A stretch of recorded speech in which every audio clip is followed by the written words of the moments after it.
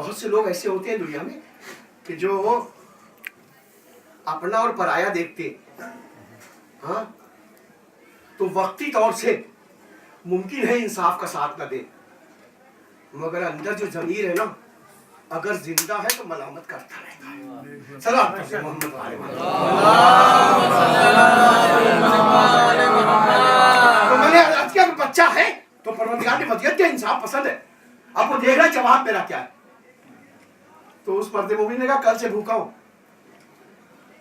اب اتفاق ہے اور یہ صرف مثال ہے، توجہ رکھیے گا، یہ صرف مثال ہے اصل بات کو ڈیلیور کرنے کا، اصل بات کو سامنے رکھنے کی، کہ دعا صرف زبان کی حرکت کو نہیں کہتے۔ ہم نے کہا بھیا ایسا کرو 2-3 دن بعد آنا۔ اب میرے بچے کے دل پر کیا گزرے گی آپ بتائیں کہ گھر میں ہے، بزرگ ہے، اتفاق سے ابا ہیں، توجہ رکھیے کیا کہہ رہا ہوں میں، گھر میں ہے، بزرگ ہیں، ساتھ رہ رہے ہیں، اتفاق سے ابا ہیں، ابا ہوتے ہوئے اتنے بے انصاف ہے۔ صلوات پڑھیں محمد وعلى محمد۔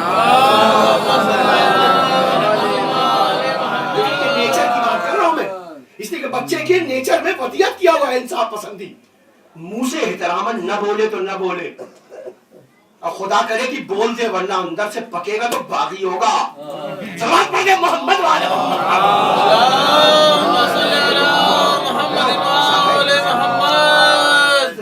یہ کیا مطلب؟ وہ کہہ رہا کل سے نہیں کھایا اور یہ کہہ رہے 3-4 دن بعد آنا، مطلب کیا ہے اس کا؟ اب تھوڑا سا بھی باشعور ہے تو سمجھ لے گا کہ 3-4 دن بعد آنے کا مطلب یہ ہے ابا کہہ رہے ہیں کہ اب میاں ہم ہی آئیں گے غسل و کفن کے لیے۔ صلوات پڑھیں محمد وعلى محمد۔ اس نے کل سے نہیں کھایا وہ 3-4 دن کے بعد رہے گا۔ وہ اس کے لیے ایک شعر اکثر میں سنا دیتا ہوں کہ بھئی کیا کہا 3-4 دن بعد آنا، بھوکا ہے کل سے، مریض عشق سے وعدہ کیا ہے 5ویں دن کا، کسی سے سن لیا ہوگا یہ دنیا 4 دن کی۔ صلوات پڑھتے محمد والے۔ تو دعا صرف لبوں کے ہلنے کا، زبان کی جنبش کا نام نہیں ہے، بلکہ دلوں کی دھڑکن کو دعا کہتے ہیں، کہ جو زبان پہ آیا ہے دل کی دھڑکن بھی وہی ہے، یعنی صرف خدا سے کہہ نہیں رہے ہیں، خود موقع ڈھونڈ بھی رہے ہیں۔ پروردگارا جو ہم تیرے حضور دعا کرتے ہیں اسی عمل کے لیے ہم تیار بھی بیٹھے ہیں۔ صلوات پڑھتے محمد والے۔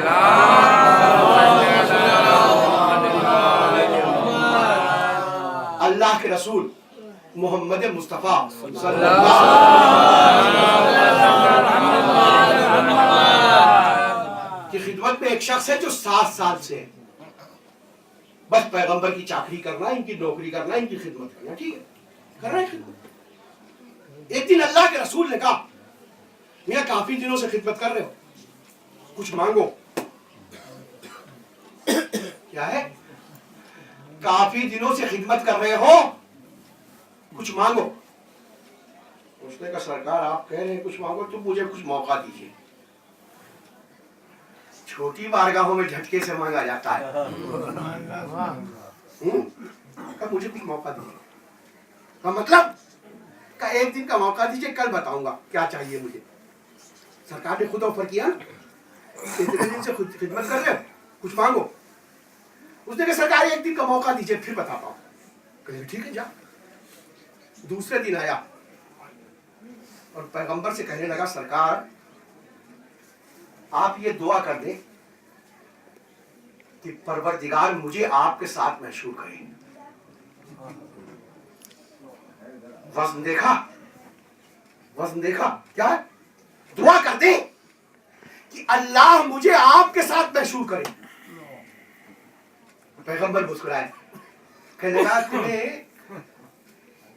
اس مطالبے کی طرف کس نے متوجہ کیا؟ اس مطالبے کی طرف چھوٹی بات ہے مانگی آپ نے، چھوٹی بات کہ آپ دعا کر دیں اللہ آپ کے ساتھ محشور کرے۔ تمہیں اس مطالبے کی طرف کس نے متوجہ کیا؟ کہ سرکار رات بھر سوچا ہے، رات بھر سوچا ہے کہ اگر مال کثیر مانگ لوں مل جائے گا، مانگ لوں مل جائے گا، مگر فانی ہے کروں گا کیا؟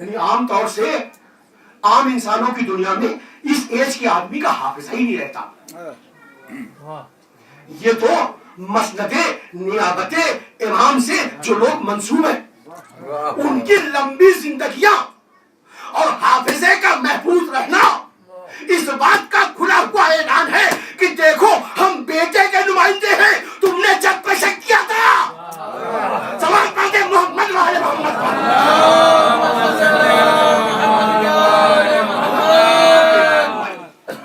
کیا ہے کوشش کہ یہ وہ بولے جو ہم چاہتے ہیں.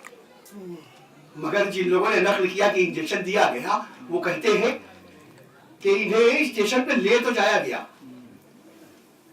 ساری مشینری اپنی جگہ کام کر رہی ہے, مگر یہ بزرگ اپنی جگہ بیٹھے ہیں, اما کچھ بولے ہی نہیں. صلوات پڑھتے ہیں محمد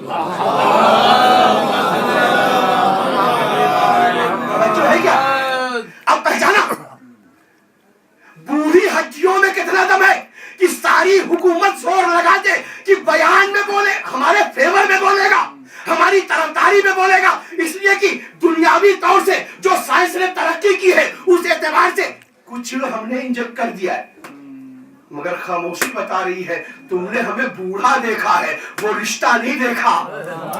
سوال پڑھ دے محمد والے محمد. میں نے جس بات کے لیے یہ ذکر چھیڑا تھا وہ رہ گئی, اور اسی کو سامنے رکھنا کہ کوئی صاحب کو لے کے گئے, مگر تاریخ نے ایک منظر پیش کیا کہ وہ سپاہی جو یزید وقت نے بھیجے تھے وہ خوئی صاحب کو لے کے تو گئے, واپس بھی لے کے آئے, مگر تاریخ عراق کہتی ہے کہ سپاہی جب خوئی صاحب کو لے کے گئے اس وقت بھی لاشوں کے اوپر پاؤں رکھتے ہوئے گئے. توجہ رکھیے گا جو کہنے جا رہا ہوں. جب لے کے گئے اس بوڑھے مجاہد کو تو لاشوں کے اوپر پاؤں رکھتے ہوئے سپاہی گئے, جب واپس لے کے آئے تو لاشوں پہ پاؤں رکھتے ہوئے گئے. اس کا مطلب کیا ہے؟ یعنی چاہنے والوں نے اس غیبت کے زمانے میں اس بات کا کھلا ہوا اعلان کیا کہ دیکھو ہم دعاؤں میں صرف نہیں کہتے کہ اس کی بیعت میری گردن پہ ہے, ہم ثابت بھی کرتے ہیں کہ جب تک ہماری سانسیں تھی اس وقت تک ہم نے نائب امام تک سپاہیوں کو پہنچنے نہیں دیا. جب تک ہماری سانسیں چل رہی تھی, ہاں ہم نہیں رہے تو نائب امام پہ وقت آیا ہے. یہ کھلا ہوا اعلان ہے, مولا ہم تمہیں پکارتے ہیں, صرف زبان سے دعا کی شکل میں نہیں, دل کی دھڑکن بھی یہی ہے, آپ آئے ہم ہیں. اس کا پروف کیا ہے کہ جو تمہاری مسند سے منسوب ہے جب ہم اس کے لیے جان دینے کو تیار ہیں تو تم ہو مولا. محمد والے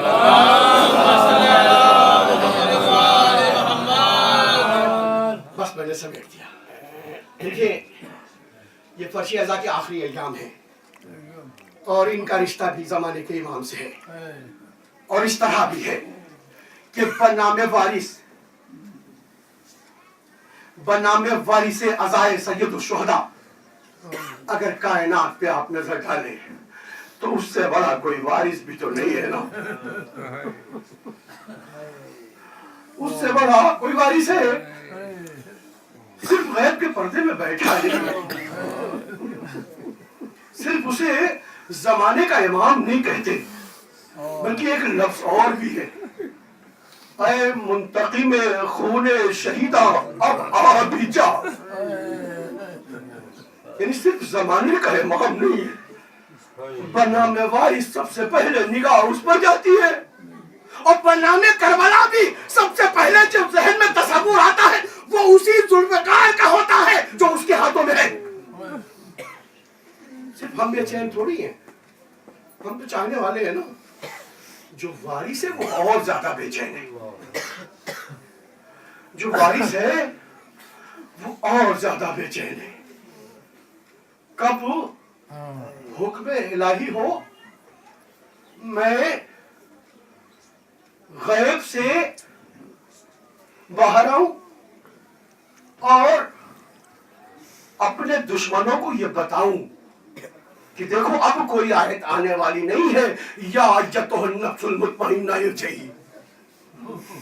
میرا جد بھی تلوار نہ روکتا, میرا جد بھی تلوار نہ روکتا. وہ وعدہ طفلی تھا جس کی بنیاد پر تلوار روکا. میرا جد بھی تلوار نہ روکتا. تلوار اس لیے نہیں روکی تھی کہ بازوؤں کی قوت کم ہو گئی تھی. تلوار اس لیے نہیں روکی تھی کہ حسین کے جسم میں پاک سے لہو اتنا گر گیا تھا کہ مولا مرحلے جہاد میں ٹک نہیں سکتے تھے. نہیں, وہ تو مصلحت پروردگار تھی. حسین اب تلوار روک لو.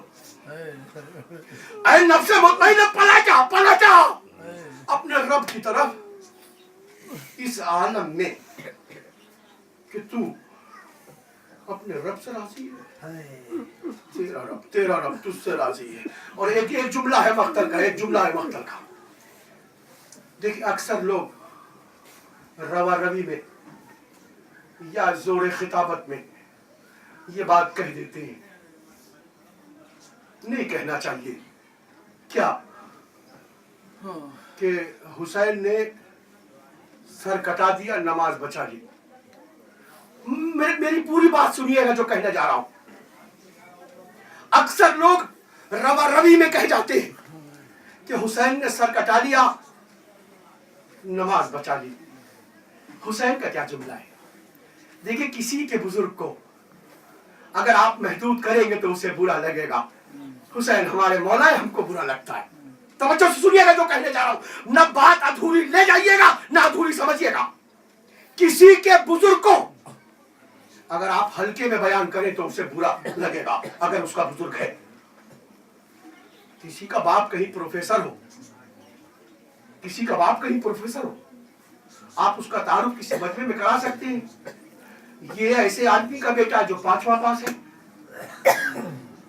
ہاں, یقین مانے جو بھی اس کا وارث ہے جو پروفیسر کا ہے وہ ناراض ہو جائے گا. کیوں ناراض ہو جائے گا؟ کہ تم نے ہمارے باپ کو اتنا ہلکا بیان کر دیا کہ 5واں پاس ہے. تو آدمی دلیل دے سکتا ہے. 5واں پاس ہوگا تو 8واں ہوگا نا, 8واں ہوگا تو ہائی اسکول ہوگا نا, ہائی اسکول ہوگا تو انٹر ہوگا نا, انٹر ہوگا تو بی اے ہوگا نا, بی اے ہوگا تو ایم اے ہوگا نا, ایم اے ہوگا تو پی ایچ ڈی ہوگا نا. یعنی سیریل وہی ہے جس کی ابتدا میں 5واں ہے. آدمی ناراض ہو جاتا ہے. میرا باپ پروفیسر ہے اور اس کو کہے 5واں پاس ہے. اب امام کا جملہ کیا ہے؟ تلواروں کی اوقات نہیں تھی کہ حسین کے جسم کو چھو لے. جملہ سنیے گا. نیزوں کی حیثیت نہیں تھی جو وقت کے امام کے بدن کو مس کر لے. جملہ سنیے گا, ثبوت دوں گا. نیزوں کی حیثیت نہیں تھی, تلواروں کی اوقات نہیں تھی کہ امام معصوم کو مس کر دے. امام کا جملہ ہے ان کانا دین محمد لم یستقم الا بقتلی. مولا کیا کہہ رہا ہے؟ اگر دین محمد کی بقا کا انحصار اسی بات پر ہے کہ حسین تم سر کٹا لو. دین محمد کے ایک چھوٹے سے جز کا نام نماز ہے. توجہ رکھیے گا. دین محمد کے ایک چھوٹے سے جز کا نام. میں نے کہا اگر کوئی بزرگ سمجھتا ہے مولا کو تو برا ماننا چاہیے اسے کہ تمہارے باپ کی بات ہے اور میں کہوں 5واں پاس ہے تو برا مان جاتے ہو. تمہارے مولا کے لیے کوئی کہہ رہا ہے کہ نماز بچا لی, سر کٹا کے مطلب کیا ہے؟ یعنی تمہارے باپ کو کوئی ہلکے میں بیان کرے تو برا مانو گے. اور امام معصوم جو کرا ہے ان کانا دین محمد لم یستقم الا بقدری, کہ دین الہی کے قیام کا انحصار اگر اسی بات پر ہے کہ حسین تم سر کٹا دو. فیا سیوف خزینی, ایک تلواروں تمہیں اجازت ہے, آؤ ہمیں چھوڑ. یعنی حسین قربان ہوا ہے دین الہی کی بقا کے لیے. دین کے ایک جز کا ذکر نہ کرو, کہو حسین نے سر کٹایا ہے, دین بچایا ہے. مولا نے قربانی دی ہے, پوری شریعت کو بچایا ہے. کسی ایک جز کے ساتھ محدود کرو گے تو ہر وہ آدمی جو با معرفت ہے وہ برا مانے گا, اور برا نہ مانے تو سمجھیے متوجہ نہیں ہے. برا نہ مانے تو متوجہ نہیں ہے. آؤ تلوارو آؤ. اچھا, اس سے پہلے کہ حسین تلواروں کو اجازت دے کہ اب امام وقت کی طرف سے کوئی پابندی نہیں ہے. نیزو آؤ, میرے جسم کو چھو لو. ہاں, اس سے پہلے کچھ طاقتیں ہیں اس کائنات میں جنہوں نے اپنی خدمتوں کو پیش کرنے کی کوشش کی ہے. طاقتیں کہہ رہا ہوں, طاقتیں. کچھ طاقتیں ہیں جنہوں نے اپنی خدمتوں کو پیش کرنے کی کوشش کی ہے. انہی طاقتوں میں جنوں کا لشکر بھی ہے. انہی طاقتوں میں ہواؤں پہ معین جو فرشتہ ہے وہ بھی ہے. انہی طاقتوں میں بادلوں پہ جو معین فرشتہ ہے وہ بھی ہے. ایک ایک کر کے ہاتھوں کو جوڑ کر لوگ کہتے تم امام وقت ہو حسین. ہواؤں کا فرشتہ. تو دور کے بیٹے اجازت دو فوج یزید کو اس طرح سے اڑانے جائیں جیسے دنیا میں یہ تھے ہی نہیں. اجازت دو حسین, اجازت. جنوں کا سردار آگے بڑھتا ہے حسین. بڑا احسان ہے تمہارے بابا کا حسین. بس اجازت دے دو انہیں ہم بتا دیں بطول کا بیٹا اصحاب کے مارے جانے کے بعد بھی, عیسیٰ کے مارے جانے کے بعد اتنا با اختیار ہے کہ فوج یزید کو یہی حسین نے آبادی نہیں. امام وقت کرا اتنی دور چلے جاؤ, اتنی دور چلے جاؤ, میری آواز اور میری صدا سے بھی دور چلے جاؤ. ہے نا, طاقتوں کو واپس کیا ہے حسین نے. اب اس کے بعد ایک جملہ ہے جسے پڑھ کے میں مسائل پڑھوں گا. وہ جملہ کیا ہے؟ دیکھیں جناب زینب نے اپنے بھائی کو بہت یاد کیا ہے, بہت یاد کیا ہے, مگر بعض یادیں ایسی ہیں کہ جو کربلا کا مقتل لکھ رہے تھے نا, انہوں نے یہ دعویٰ کیا ہے ہم پوری کربلا بھول جائیں مگر زینب کی اس یاد کو نہیں بھول سکتے. کیا ہے؟ تلواروں آؤ, تمہیں اجازت ہے. نیزو آؤ, آپ کوئی رکاوٹ نہیں. حسین پشت ذوالجناح سے زمین پہ آئے. میں نے کہا آئے, آپ نے سن لیا. آئے کہا جس میں امام میں اتنے تیر ہیں کہ دیر تک لاشا زمین تک پہنچا نہیں. بس میں یہی جملہ کہہ سکتا ہوں, اس سے ذرا پڑھنے کی بات ہے نا, طاقت ہے. مجھے وہ منظر سنانا ہے. حمید ابن مسلم کہتا ہے 11ویں محرم کو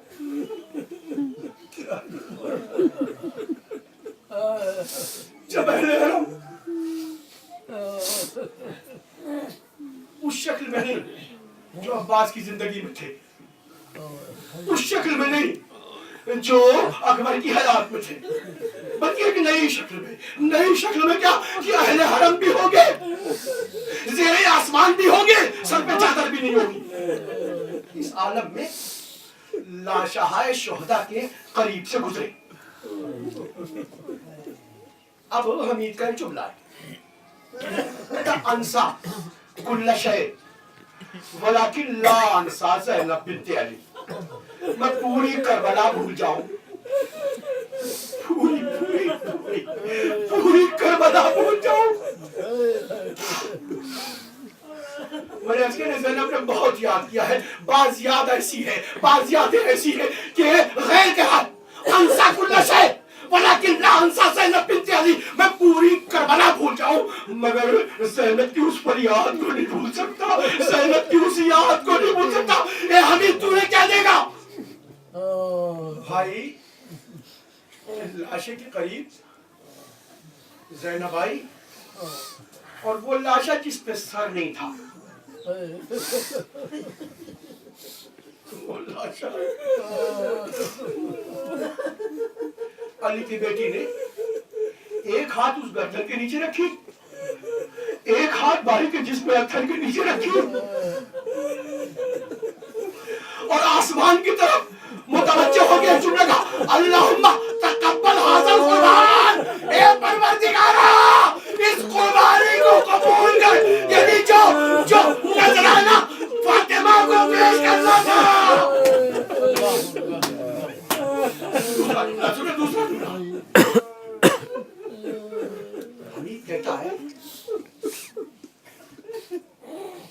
کہ زینب نے اس قربانی کو پیش کرنے کے بعد جو چیخ ماری ہے نا، جو بہن بھائی کے لاشے پہ روئی ہے نا، اس کے لیے مقتل کا جملہ جو بے عینہ ہی نقل کر رہا ہوں، بے عینہ ہی کہتا ہے جیسے ہی زینب بھائی کے لاشے پہ چیخ مارتی ہے واہ حسینہ کہہ کے، کہتا ہے کہ رائنا دموع الخیل تتقاطر علی حوافرها،